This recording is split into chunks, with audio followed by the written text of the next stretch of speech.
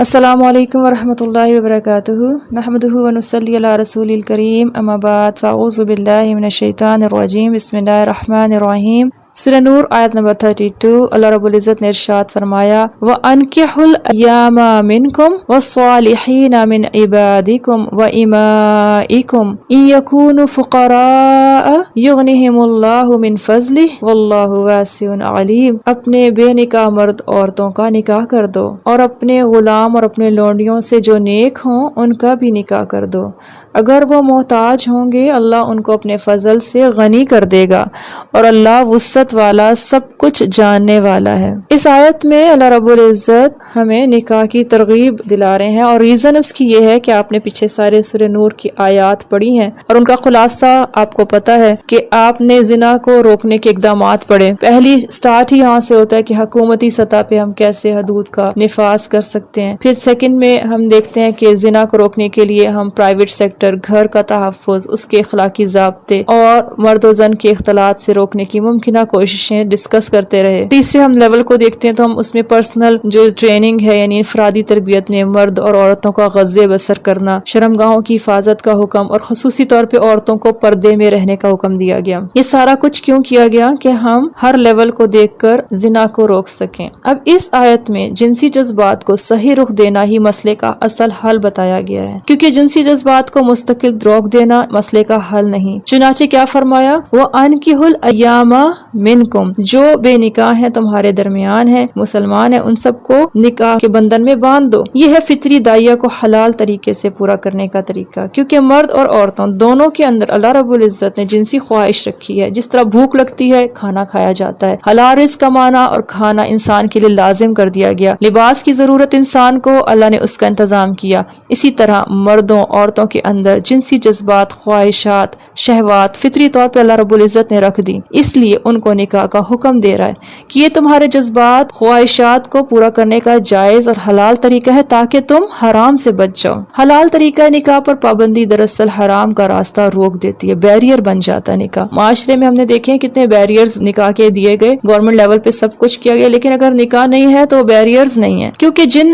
مذہبوں کے اندر جن نے پابندیاں لگائیں، گرجا گھروں میں، چرچ کے اندر عیسائی پوپ اور عیسائی نن خواتین کو کہا جاتا ہے، مذہب کے نام پر بے نکاح ہو کر انہوں نے ایگریمنٹس کیے کہ نہ ہم اولادیں پیدا کریں گے، نہ مشکلات کا شکار ہوں گے۔ نکاح جو ہے انہوں نے اپنے اوپر حرام قرار دے دیا، کیونکہ وہ سوچتے کیا تھے کہ ہم عبادت کے لیے وقف ہیں یا چرچوں کی زیارتوں کے آنے والوں کی خدمت ان کی زندگی کا مقصد بن جاتی تھی۔ لیکن جب وہ حلال چیز پر پابندی لگا کر اپنے آپ کو خود ایک جائز چیز سے روکتے تھے تو پھر اللہ رب العزت چونکہ انسان کی نیچر سے واقف ہے، ناجائز کا راستہ کھل جاتا ہے، کیونکہ آپ نیچرل تھنگ کو کبھی بھی بیریئرز میں نہیں لا سکتے۔ نیچرل تھنگ کیا ہے؟ شہوت ہے، جنسی جذبات ہیں، آپ اس کو نکاح کے ذریعے کنٹرول میں رکھو، کیونکہ نکاح جو ہے وہ نظروں کو جھکا دیتا ہے۔ بدکاری، بے حیائی میں ملوث ہونے والے اصل میں پھر کون بنے ایسے معاشرے میں؟ وہی لوگ جو مذہبی رہنما تھے، یعنی چرچ کے پوپ اور ننس، جنہوں نے اپنے آپ کو نکاح کی بجائے زنا میں مبتلا کر لیا۔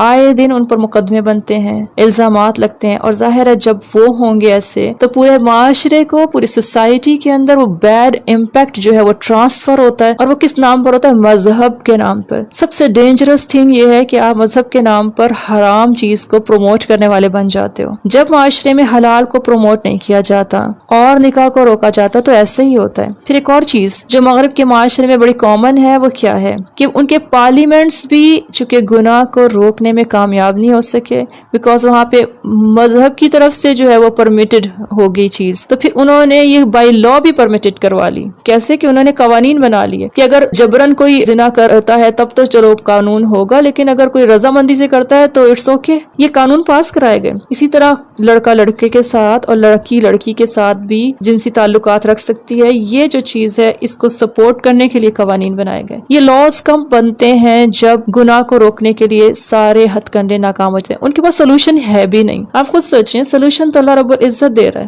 اللہ رب العزت نکاح کو حلال کر کے اس کے سارے ضابطے بتا رہا ہے۔ تو ظاہر ہے جب مذہب کے نام پہ گناہ ہوں گے، مذہب کے نام کے اوپر چرچ کے اندر وہ گڑھ بن جائیں گے تو پھر ہوگا کیا؟ اللہ فرماتا کیا وَأَنْكِحُوا کا مطلب ہی یہی ہے کہ جائز راستے کو ترغیب دلا کر اللہ تعالیٰ ضابطے بیان کرتا ہے. اس میں بھی خاص پروٹوکولز ہیں. پہلی چند ہم اس میں لازمی طور پہ دیکھنا چاہتے ہیں کہ نکاح کے ضابطے ہیں کیا. نمبر 1 یہ کہ لڑکے کو اختیار ہے, ہی کین چوز پرسنالٹی جو کہ اس کے مطابق ہو. اس کی خاتون کو وومن کو چوز کر سکتا ہے, نکاح میں آزادی ہے, لڑکی کا انتخاب کر سکتا ہے. لیکن لڑکی کے لیے ولی کی شرط لازمی ہے. ولی کون ہوتا ہے؟ ولی وہ شخص ہے جو لڑکی کا باپ ہو سکتا ہے, اگر وہ نہیں تو بھائی, اگر وہ نہیں تو دادا یا چچا, یعنی کوئی نہ کوئی سرپرست جو ولی بنتا ہے. عورت خود نکاح نہیں کر سکتی, اللہ کا دیا ہوا نظام ہے. ولی کی اجازت 3 صورتوں میں ختم ہو جاتی ہے, ولایت ختم ہو جاتی ہے. نمبر 1 سم ٹائمز ولی جو ہے وہ دین کے لحاظ سے درست نہیں, بے نمازی ہے, ذہنی طور پہ اس کو دین کے اندر کوئی ریلیجیس مائنڈ ہی نہیں ہے, تو ظاہر ہے وہ اپنی بیٹی کے لیے جو دیندار ہے وہ چاہتی ہے کہ میرا رشتہ نمازی شخص سے ہو جائے, وہ چاہتی ہے کہ میرا رشتہ صحیح عقیدے والے شخص سے ہو جائے. تب وہ لڑکی جو ہے اختیار رکھتی ہے کہ وہ لڑکے کا انتخاب کر سکتی ہے. ادروائز جو باپ ہے وہ اس کو بے دین لڑکے کے ساتھ جوڑ دے گا. اس صورت میں ولی کی ولایت ختم ہو جاتی ہے.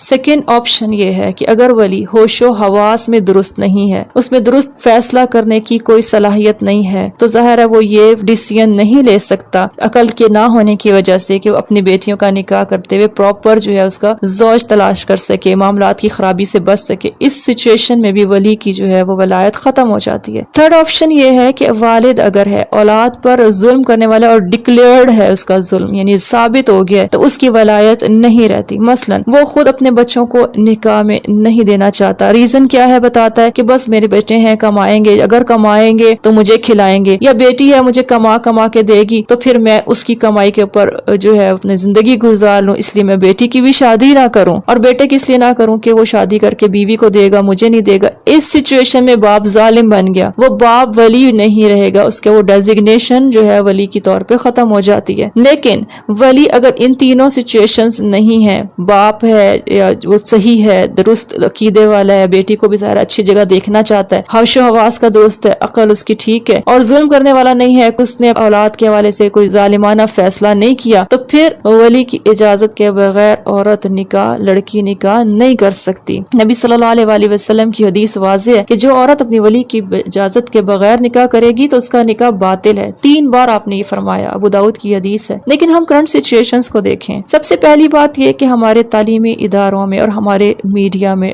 ڈبل ٹریک پہ ہم دونوں راستوں سے گمراہ کن فتنوں میں مبتلا ہیں. یہ 2 ٹریکس اس لیے ایک پریکٹیکل ہے اور ایک میڈیا سے برین واش ہے, یعنی نظریاتی ٹریک ہے اور پریکٹیکلی ٹریک ہے. یہ دونوں ٹریکس ایسے ہیں کہ جو ڈی ٹریک کرنے کے لیے ہمارے ہی نئی نسل کو اپنے گرپ میں لے رہے ہیں, اپنے شکنجے میں کس رہے ہیں. کیا کرتے ہیں وہ یہ میڈیا والے؟ دکھا کے کہ پسند کی شادی, لو میرج, لڑکے لڑکیوں کا انتخاب خود کر لینا, لڑکیاں جو ہے یونیورسٹیز کے اندر جاتی ہیں, وہاں پہ خود آفرز ہوتی ہیں, خود جو ہے وہ پروپوز کیا جا رہا ہوتا ہے, پھر وہ خاوند کا انتخاب کر کے والدین کو مجبور کرتی ہیں, اور والدین عزت بچانے کی خاطر اپنی بیٹی کو چاہتے نہ چاہتے اس کے نکاح میں دے دیتے ہیں جو وہ خود چاہے پسند کریں یا نہ کریں. دینی لیول نہیں دیکھا جاتا, نہ ہی یہ دیکھا جاتا ہے کہ یہ جو پسند کی شادی ہے وہ اس کا بھوت تو شاید 1 یا 2 دن میں اتر جائے, لیکن ساری زندگی جو نبھانا ہے وہ کہیں طلاق تک نوبت نہ ہے. میجورٹی کیسز ایک لڑکا پسند کی شادی میڈیا کے تھرو کرتا ہے تو اگلی شادی بھی اس کے لیے تیار ہوتی ہے, کیونکہ میڈیا ایک لڑکی کو تھوڑی دکھا رہا ہے. ایک لڑکی تو بیوی بن گئی, 4 بیویاں بنانے کے لیے وہ 4 جگہ دیکھنا اس کے لیے کوئی پرابلم نہیں ہوتا. یہ معاشرہ اسلامی معاشرہ نہیں ہے. کوشش کریں کہ ہم اپنے گھروں میں باؤنڈری لائنز کو کراس نہ کریں. ولی کی اجازت باؤنڈری لائن ہے, ولی کا پیچھے سے سرپرستی ہونا باؤنڈری لائن ہے, اور ایک نکاح چونکہ نظروں کو جھکانے والا ہے تو یہ باؤنڈری لائنز ہیں. نکاح کو باؤنڈری بنا کے کام کرنا چاہیے تاکہ عورت اور مرد کا نباہ ہو سکے. سیکنڈ چیز, ولی کی بہت بڑی رسپانسبلٹی یہ ہے کہ لڑکیاں شادی کی عمر کو پہنچ جاتی ہیں لیکن اس کی شادی میں تاخیر ولی کی اور تھوڑی سی اپنی بنائی ہوئی قوانین اصولوں کی وجہ سے ہوتی ہے. مثلا وہ ولی چاہ کیا رہا ہوتا ہے کہ میری بیٹی پڑھ جائے, ڈاکٹر بن جائے, اور پڑھائی بڑھتے بڑھتے مسائل کا شکار ہوتی ہے, رشتے شروع میں آتے ہیں اوور ایج ہونے کی وجہ سے پھر نہیں آتے. کتنی ہی بچیوں کو میں ایسا جانتی ہوں پڑھائی ہے بہت اچھی ہے، ڈبل ماسٹرز کیے ہوئے ہیں، پی ایچ ڈیز تک پہنچ گئی ہیں، اب ان کو چونکہ اپنے برابری کا رشتہ ملنا ایک مشکل مرحلہ بن گیا، کیونکہ لڑکے ہیں یا تو وہ جاب دیکھیں یا ایجوکیشن دیکھیں، دونوں چیزیں دیکھیں گے تو آپ کو پتا ہے کہ اس دور میں پرفیکشنز کے اوپر جانا یہ آپ کی ڈیمانڈ بن گئی ہے، لڑکیوں کے والدین کی ڈیمانڈ بن گئی ہے، ولی کی ڈیمانڈ بن گئی ہے۔ نتیجتاً یہ ہوتا ہے کہ جب بیٹا بھی شادی کے قابل ہوتا ہے تب بھی اس کو یہ پریشانی ہوتی ہے کہ لڑکی والے پوچھتے ہیں ہاں جی شادی کے قابل تو ہے، بتاؤ کماتا کیا ہے، کتنا کماتا ہے، تنخواہیں کتنی ہے اس کی، گھر بار کو دیکھا جاتا ہے، ایجوکیشن، ہر چیز میں پرفیکشن، دینداری کے علاوہ باقی ساری چیزوں کو بہت زیادہ ہائی لائٹ کیا جاتا ہے۔ یہ ماحول آج کل کے دور کا ہے، دس از دا کرنٹ سچویشن جس میں ہماری بچیاں موجود ہیں۔ اس ماحول میں جلدی شادی یا نکاح کی ضرورت کو محسوس نہیں کرتے۔ پھر کیا ہوتا ہے؟ پھر یہ ہوتا ہے کہ بیٹی جو ہے اپنی ایمان کو بچانے کے لیے یا بیٹا اپنے ایمان کو اپنے معاشرے میں فتنوں سے بچانے کے لیے خود یہ قدم اٹھا لیتا ہے۔ دیکھیں اگر ولی موجود ہی نہیں ہے، سم ٹائمز یہ بھی سچویشن ہوتی ہے آپس میں جھگڑا ہو گیا ولی کے حوالے سے، ٹھیک ہے، تو پھر کون رسپانسبل ہے؟ سب سے بڑی بات کہ اللہ رب العزت نے چونکہ یہ نہیں کہا کہ اب نہیں ہے ولی تو اب چھوڑ دو اس کو، نہیں، باؤنڈری لائنز پھر بھی ہیں۔ کیا ہے کہ سلطان یا حاکم یعنی گورنمنٹ جو ہے وہ ولایت کا حق ادا کرتے ہوئے لڑکی کی شادی کروائے گی۔ مسلمان حکومت کی ذمہ داری میں مردوں اور عورتوں کے اخلاق، ان کی دین کی حفاظت شامل ہوتی ہے تاکہ نکاحوں کا بندوبست کیا جا سکے، معاشرے میں فحاشی بے حیائی کی بجائے جائز راستہ موجود ہو۔ حاکم بے نکاحوں کے نکاح نہ ہونے کی صورت میں اس بگاڑ اور فساد کا ذمہ دار بن جاتا ہے۔ گورنمنٹ نکاحوں کو جلد اہتمام کرنے کے لیے جتنی سہولیات دے سکتی ہے دے۔ پہلا نیگیٹو کانسیپٹ میں آپ کو بتا دیتی ہوں، ہمارے پاکستان کے جو فیملی لاز ہیں اس میں باقاعدہ منظور شدہ یہ لا ہے کہ نکاح کی عمر 18 ایئرس ہے، اس سے پہلے شادی نہیں کر سکتے۔ حالانکہ معاشرے کے اس وقت کے میڈیا دور میں ایک لڑکا لڑکی 12 سال میں ہی جو چیزیں سیکھ چکے ہوتے ہیں وہ موبائل اور انٹرنیٹ کے اوپر جو کچھ دیکھ چکے ہوتے ہیں یا اس میں موجود فحاشی اور بے حیائی سے بچنے کے لیے جتنا وہ بچ سکتے ہیں ہمارے لیے ایک معاشرتی مسئلہ بن گیا ہے۔ فرسٹریشن نوجوانوں کے لیے ایک عام سی بات ہو گئی ہے اور جب وہ نہیں کر پاتے تو ڈپریشنز ان کے لیے آ جاتے ہیں۔ حکومت کی ذمہ داری کیا ہے؟ حکومت کی ذمہ داری پہلی بات یہ کہ ایسی ویب سائٹس جن کے اوپر فحاشی ہے اس کو اپنے کنٹرول میں رکھیں۔ کوئی بھی ایسی تحریک معاشرے میں برپا ہی نہ ہونے دیں کہ نوجوان نسل ذہنی طور پہ فحاشی میں مبتلا ہو کر معاشرے میں بگاڑ کا باعث بن جائیں۔ ہوتا ہے کہ آپ دیکھیں پرسنلی آپ کو پتہ ہی ہے جب کوئی دھماکے کا خطرہ ہوتا ہے، جب کوئی ایسے کوئی پرابلمز ایشوز آتے ہیں، موبائلز بند ہو جاتے ہیں، لیکن موبائل سروس ان کے کنٹرول میں اس وقت آ جاتی ہے، لیکن جہاں ایمان کو خطرہ ہوتا ہے، فحاشی پھیلنے کا خطرہ ہوتا ہے، وہ ویب سائٹس بھی چلتی رہتی ہیں۔ حالانکہ حکومت کو پابند بنا دیا گیا کہ معاشرے کے اندر بے حیائی کو روکنے کے ہر ممکنہ اقدامات کریں اور نکاح کو آسان بنا کر ولی کی اگر ذمہ داری اٹھانی بھی پڑتی ہے تو وہ اٹھائیں۔ اگلا لفظ جو اس آیت میں آ رہا ہے ایاما، بے نکاح، یہ لفظ ایم کی جمع ہے۔ ایم سے مراد ہر وہ مرد جس کا نکاح نہ ہو وہ ایم کہلاتا ہے، اور ہر وہ عورت جس کا نکاح نہ ہو وہ بھی ایم کہلاتی ہے۔ یہ لفظ دونوں پر یعنی مرد اور عورت دونوں جینڈرز کے لیے بولا جاتا ہے۔ اس طرح یہ غیر شادی شدہ کے لیے بھی بولا جاتا ہے اور ایسی عورت یا مرد کے لیے بھی بولا جاتا ہے جس کا زوج موجود نہ ہو، یعنی اگر عورت اس کا خاوند فوت ہو گیا یا شادی شدہ مرد کی بیوی فوت ہو گئی تو یہ بھی شخص کس میں آئیں گے، یا خاتون اور مرد کس میں آئیں گے، ایم میں۔ اسی طرح طلاق یافتہ عورت ہے یا خلا یافتہ عورت ہے، ایسا مرد جس نے اپنی بیوی کو طلاق دیا، اکیلا ہے، زوج کے بغیر ہے، بے نکاح میں ان کو شامل کر کے ایم لفظ کہا جائے گا۔ اب یہ لفظ ایم کا استعمال ہوا کہ وَأَنكِحُوا الْأَيَّامَ مِنْكُمْ، یعنی وہ لوگ جو ایم ہیں، زوج کے بغیر ہیں، بے نکاح ہیں، وہ جس شکل میں ان کی بھی نکاح نہیں ہے ان کو کیا کرو، نکاح کے بندھن میں دوبارہ باندھ دو۔ دوبارہ اس لیے کہ اگر دوبارہ باندھنا ہے تو، یا پھر اگر ان کا پہلا نکاح تو کروا دو، بے نکاح کوئی نظر نہ آئے۔ اصل ٹارگٹ یہ ہے کہ معاشرے میں بے نکاح کوئی بھی نہ رہے۔ کیوں؟ بیوہ ہے، مثلاً ایک خاتون ہے، آپ کو پتہ ہے ایک رسم جو ہندوؤں سے آئی ہے، خاوند فوت ہو جائے شادی نہیں کرتے، جبکہ رسول اللہ صلی اللہ علیہ وآلہ وسلم کی صرف ایک زوجہ جو تھیں وہ کنواری تھیں، اور کتنی ہی بیواؤں سے آپ نے شادی کی۔ حضرت خدیجہ سے جو پہلی شادی کی وہ بھی ایک بیوہ خاتون تھی۔ تو بیوہ کا نکاح کیوں نہیں کیا جاتا کہ ایک ہمارے کسٹمز جو ہیں جو ہندوؤں سے آئے ہیں، ہمیں اپنے کسٹمز کو نبی صلی اللہ علیہ وسلم کے رولز اینڈ ریگولیشن اور ان کے ماڈل لائف کو اسوہ حسنہ کو دیکھتے ہوئے ترتیب دینے چاہیے. بیوہ کا نکاح کر دو، باقاعدہ اس کے لیے اسپیشل انسٹرکشنز دی جا رہی ہیں. اللہ تعالی ہمیں کہہ رہے ہیں، بہت سی حدیثیں اس کے اندر ہیں، غیر شادی شدہ ان کا نکاح کر دو. شادی میں تاخیر کرنے کی وجوہات آپ دیکھ لیجئے کیا ہوتی ہیں. لڑکی جو ہے وہ پڑھائی کر رہی ہے، گریجویشن کرنی ہے، ماسٹرز کرنا ہے، لڑکے نے کاروبار کرنا ہے. اسلامی تہذیب میں اس کی اس لیے گنجائش نہیں ہے کہ جیسے بھوک کو آپ یہ کل پہ ڈیلے نہیں کر سکتے. یہ نہیں کہہ سکتے کہ بھوک لگ رہی ہے تو لگے، تمہیں 3-4 دن بعد کھانا ملے گا. اس 3-4 دن میں اگر آپ سے کھانا نہیں دیتے تو ظاہر ہے وہ ڈاکہ ڈالے گا، چوری کرے گا. سیم اسی طرح اگر آپ انسانی جذبات کو صحیح رخ نہیں دیتے تو وہ ناجائز طریقے سے اپنی خواہش پوری کرنے میں لگ جاتا ہے. اسی طرح شادیوں میں ایک رکاوٹ بہت زیادہ کامن ہے جو کہ میں اکثر والدین سے سنتی ہوں، وہ یہ کہ ابھی ہمارے پاس پیسے نہیں ہیں. کیوں پیسے نہیں ہیں جی؟ اس لیے کہ ظاہر ہے شادی میں خرچے ہوں گے، برڈن ہوگا، مہمان تو آئیں گے ہی نا. وہ جو تھوڑے بہت مہمان ہیں سم ٹائمز ان کو بھی افورڈ کر نہیں سکتے. ابھی تو شادی ہالز پہ پابندی لگ گئی ہے کورونا کی وجہ سے، ادروائز شادی ہالز کے اخراجات، اس کے بعد لینے دینے، پھر کھانے پینے اور سارے اخراجات ملا کر ایک عام باپ جو کہ سفید پوش ہے وہ افورڈیبل اس کے لیے نہیں رہتا. حالانکہ شادیوں کو آسان بنانا، نکاح کے اندر ساروں کا تعاون کرنا اپریشیٹیبل بات ہے، اللہ کے حکم کی پابندی کے لیے ہے. اللہ کے فضل و کرم سے اس سے بے حیائی کے دروازے بند ہوتے ہیں، اور اگر پھر بھی کوئی بے حیائی کرتا ہے تو پھر اللہ تعالیٰ کا قانون بہت سخت ہے، وہ رجم کیا جائے گا، اس کے ساتھ کوئی نرمی نہیں ہوگی. پھر اللہ تعالیٰ اس میں ایک اور لفظ آتے ہیں، منکم کا لفظ آتا ہے کہ جو تم میں سے ہیں ان کے کر دو.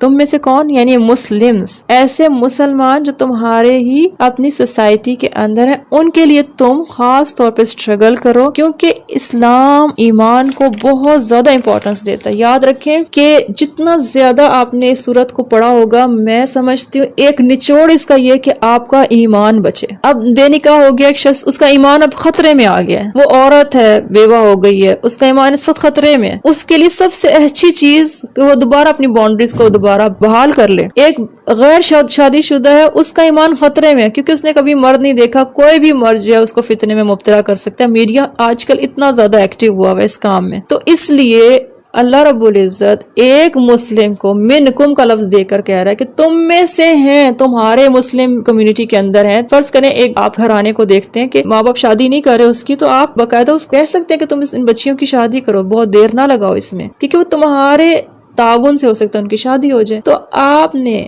سوچنا ہے کہ وہ تم سب سے امپورٹنٹ کیوں ہو. Why we are so much important as a Muslim? Because Allah رب العزت give us the ایمان which is very much important for us. ہمارے لیے اتنا امپورٹنٹ ہے وہ ایمان کہ اللہ رب العزت اس کی حفاظت کے لیے ہر بند ہمیں دے رہا ہے. جیسے آپ نے کبھی کوئی خوبصورت ڈائمنڈ دیکھا ہو اور اس کے لیے آپ نے 1 2 3 4 گارڈ سسٹمز دیکھے ہوں، ٹھیک ہے نا، اس کی سیکیورٹی کے سسٹمز لگے ہوتے. ایک ہیرے کی حفاظت کے لیے وہ اتنے ساری سیکیورٹیز کیوں لگاتے ہیں کہ جتنی زیادہ قیمتی چیز ہوگی اتنے ہی زیادہ سیکیور کرنا پڑے گا. ایمان اتنا ہی قیمتی ہے. اور اللہ رب العزت بار بار دیکھیں نا، ہمیں پیچھے والی آیتوں میں نظر آ رہا ہے، اگر تم مومن ہو تو آئندہ تہمت نہیں لگانا. اور مومن مردوں سے کہہ دو اپنی نظروں کی مومن عورتوں سے کہہ دو اپنی نظروں کی حفاظت کریں. کیوں؟ ایمان کو بہت زیادہ امپورٹنس دے دی ہے اللہ تعالیٰ کہ تم سب توبہ کرو ایھا المؤمنون. یہاں بھی اللہ تعالیٰ کہہ رہے اب تمہارے میں سے جو ہیں ان کے اندر ان کو نکاح کی ترغیب دلا دو، بچ جاؤ گے تم. باہر کے ممالک میں ایسا نہیں ہوتا، وہ نکاح کے بغیر فرینڈشپ کو زیادہ بہتر سمجھ رہے ہوتے ہیں کیونکہ نکاح کے ساتھ رسپانسبلٹیز ہیں. تو عورت کی رسپانسبلٹی اٹھانا مرد کی شان ہے، اس کو اٹھانی چاہیے. جو مرد اپنی عورتوں کی رسپانسبلٹی نہیں اٹھاتے، نکاح کر کے بھی نہیں اٹھاتے، وہ مرد کہلانے کے، قوام کہلانے کے قابل ہی نہیں، اس لیے کہ انہوں نے اپنی قوامیت کو سمجھا ہی نہیں. اللہ رب العزت چاہتے کہ نکاح کرو اور ذمہ داری اٹھاؤ اس عورت کی جس کے حقوق کا سب سے زیادہ اللہ نے تحفظ کیا ہے، سب سے زیادہ تحفظ کہ اب تم ذمہ دار نہیں ہو، تمہارا ذمہ دار اٹھانے والا مرد تمہارا شوہر بن چکا ہے. یہ ہے اللہ رب العزت کا خوبصورت قانون، اتنا خوبصورت پروٹوکول ایک عورت کو ایک معاشرے کے اندر دیا جا رہا ہے. امیجن کریں مغرب کے معاشرے میں شادی کے بعد بھی اگر عورت خود کمائے اور بچے اس کے ہیں لیکن شوہر کو پتہ ہی نہ ہو، وہ کہیں اور فرینڈشپ میں مصروف ہو، دیکھو ایسی خاندان